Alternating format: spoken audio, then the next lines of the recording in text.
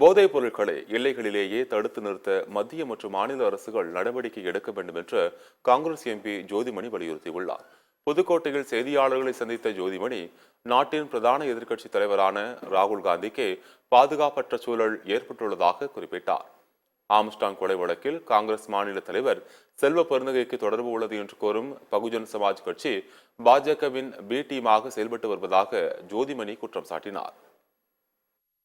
போதைப் பொருள் பழக்கம் மிக கடுமையான அளவுல இந்தியா முழுவதும் இருக்கு. அதுக்கு மோசமான விக்டிமா ஒரு மாநிலம்னா அது பஞ்சாப்.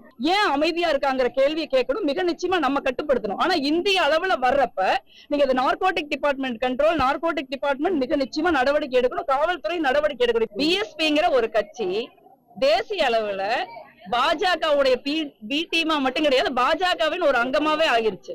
உத்தரப்பிரதேசத்துல ஏன் பிஎஸ்பிக்கு டெபாசிட் போச்சு? ஏன் காங்கிரஸ் எஸ்பி கூட்டணி ஜெயிச்சது?